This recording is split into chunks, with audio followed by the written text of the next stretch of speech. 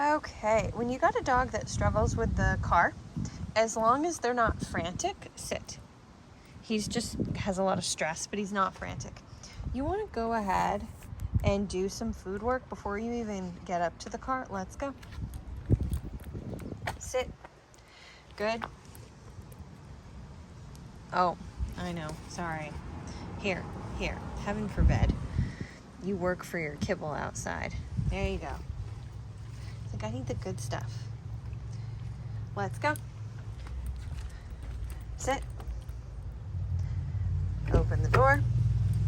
Just opening the door up. Closing it. Let's go. Good boy. Yeah, yes. Look at him shake it off. He's like, good. No walk. No drive. Let's go. Good. Sit. And my keys that you see. Sorry. Good job. Especially if you have a dog that's giving you resistance, well, do some turns with them in your garage or wherever you need to before you even get to the car. Let's go. Now for my Subaru, this is how I normally do it. Sit. Good. Open the door. He doesn't really jump in, so we pause. We look at an open door. We pause. Good. Then I scoop him up. Oh. Then he... Hey, down. Good. And whenever it's hot in here. Whenever I let him out, he has to stay in a down. Then I get out of the car. Then I crack it open. Down. He has to down again. Down. Now you would think I could just pick him up, grab the leash, but I want to go further. If I have a dog that's really struggling, I want to go further. I want to pick up the leash. I can pull it out without pulling him. I want to pick up the leash and then pause. Because when you pick up dogs, almost everybody skips this step. And so they're missing a crucial accountability check, mental check, where their head is at. Because you just pick them up and take them out. Good boy. So you want to pick up the leash, pause, make sure they're not pushing out because of that. You kind of let them see out of an open door. Good. Then pick them up. Put them down.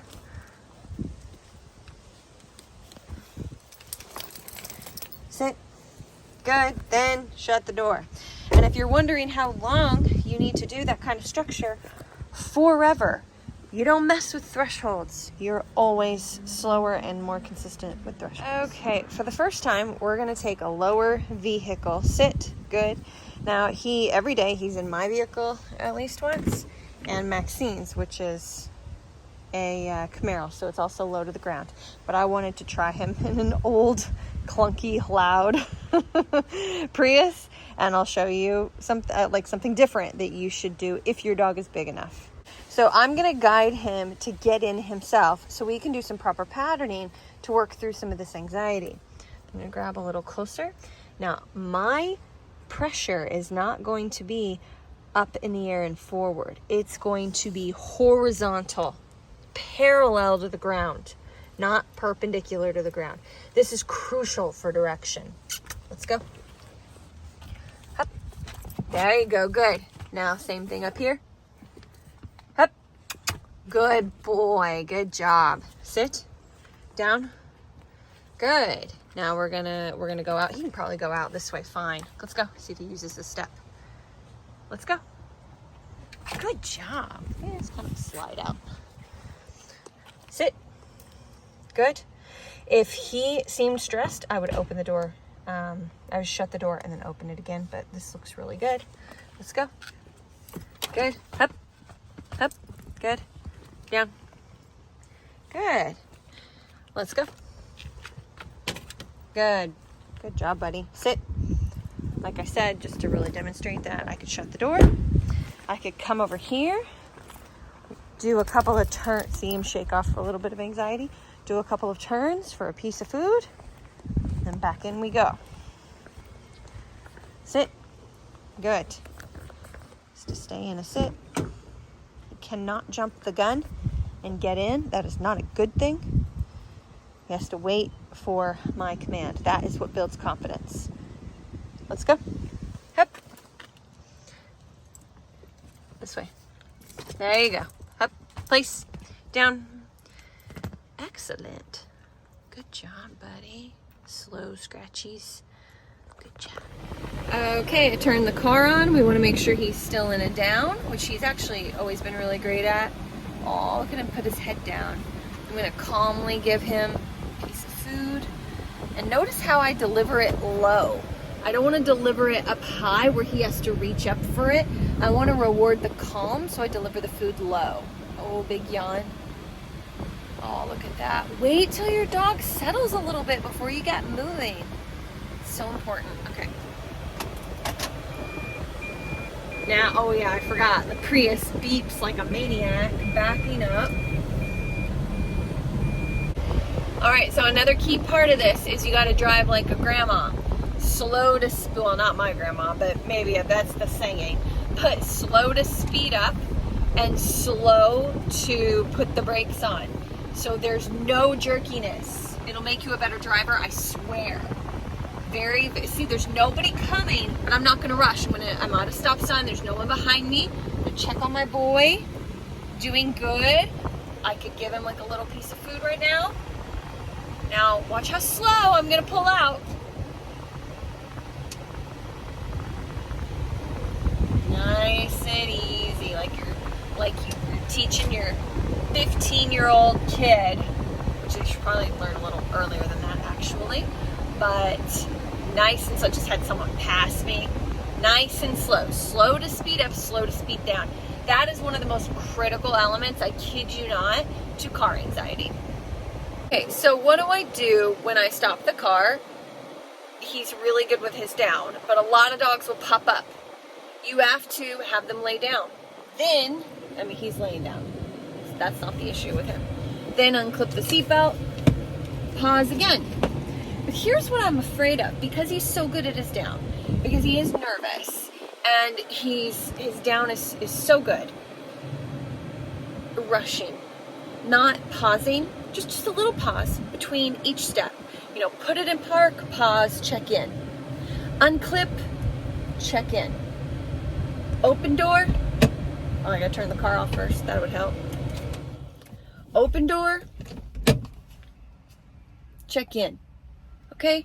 So even if your dog is laying down, but they're heavily stressed, drooling, things like that, you need to go slower. You just need a pause between all your steps. Just glance at him. And then if you want to, you can also give him a little piece of food between each step. I mean, that's like five pieces of food. And remember, you deliver it low, okay?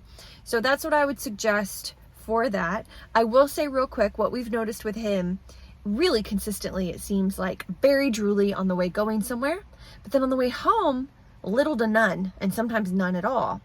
And I think it could be because he doesn't know where he's going, maybe grooming, vet appointments as a puppy, or maybe that's not it at all. Maybe he just knows he's going home whenever you get into the car and leave. Maybe that's the pattern he's picked up on, so he's less stressed. So it's more about where he's going than the car itself.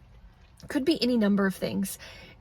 Does knowing that change what I'm doing as a trainer or as an owner? No, it doesn't, but it's nice to know. It's a puzzle to try to figure out, to try to work out, to try to understand him better. It makes me, the more I know, I feel like I'm more patient or less patient, because sometimes we need to be less patient with our dogs and cut the crap and listen up, and this is how it is. That's not the case here, but I'm just saying is that the information we get can sometimes be really helpful for how we respond. But does my style change? No, not really. But what I can say is no matter what the issue is, they have to be able to stay in a down, and they have to stay in a down at each step, which means you have to go slower. Now, if you're driving and your dog pops up, all you can kind of do is go no and kind of hey, knock it off, or maybe grab a leash and do some pressure down, depending on where you're driving. Don't do that on the freeway, but sometimes between like stop signs you can do that. Have your e-collar in the front seat with you. That can help greatly. There's not him, but there's been many a dog that will be anxious reactive, and they'll peek out the window, and I'll see them in the back, and I can just scroll up to a 30, knock it off. Don't even think about it while I'm driving, reacting in this car anymore, or higher level. It depends on the dog. But my point is that you have to teach your dog the expectations, how you want them to be in the car. But then the considerate aspect of it is going slow, taking your time, not rushing. You need both sides of the coin. You need the accountability, and he's not reactive, but he just has to stay in a down. And you need the consideration. You gotta have both. And he's way more consideration than accountability because of his issues. But a lot of dogs that are anxious, reactive in the car, they're more accountability. And we do the patterning, but it's like, don't even think about it. So please keep that in mind with your car troubles at home. So he's getting a little whiny, and I have like 5 pockets. I had to dig to find the e-collar.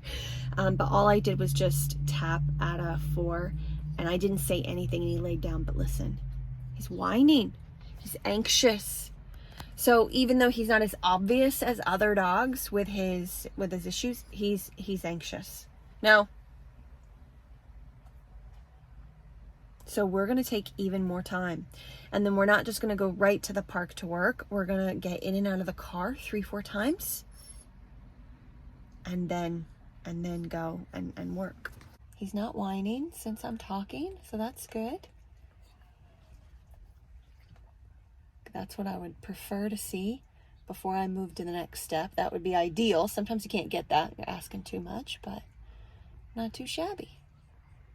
So now I'm just going to get out of the car. So tapping the button. So do you see that? I know it's filthy. We don't hardly drive this, and it's parked under a tree. So I tapped at an 8, and instead of laying down, he just shifted more towards me.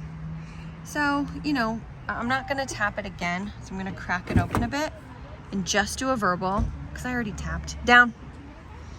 Good. Now, if he didn't lay down, I could tap again, but I wasn't going to double tap.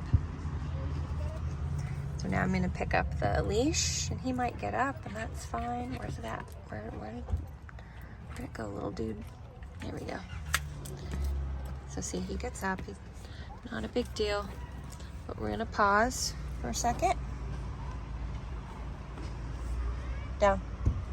Good. Let's go. Good. Sit. Good. Up. I know you don't have a lot of space. Up. Whoa, the big one. Down. Good. Good. So you let him go through all the feels. If the head shaking got kind of crazy, like if he was doing it constantly, I would actually tell him no, because dogs will use stress relievers like that as coping mechanisms, and it becomes compulsive.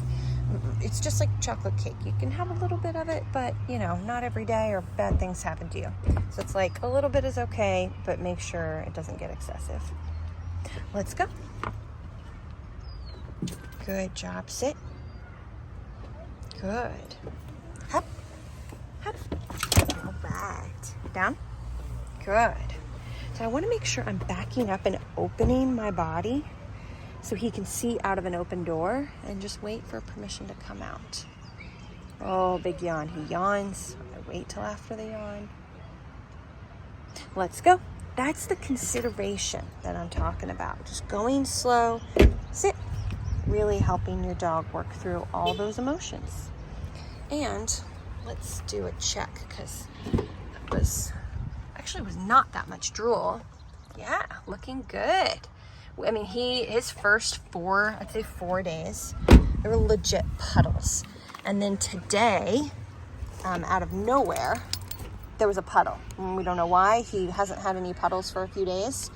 And then all of a sudden there was a huge puddle. So we don't know what triggered it, but it happens. Let's go. Nice and slow. Good job. Let's go. So nope. There it is. That's what I wanted to show. So we went past kids area. They stare right at him, talk to him. It's really hard on him. He's not overly friendly with new people, so it causes some anxiety. So I got more of that shaking. I got 2 in a row, and so I tapped and said no, but I vary it. Sit.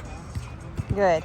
Good job. I vary it between tapping and saying no here, or just a tug of the leash. You got to understand, this kind of feels like a bug landing on you, and then at higher levels, it feels like a bug poking you.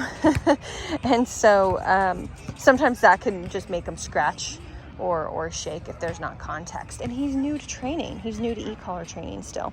He's not even his full 2 weeks in. And so if I feel like there's not enough clarity, you give a tug of the leash, tell him to knock it off when it comes to that excessive shaking.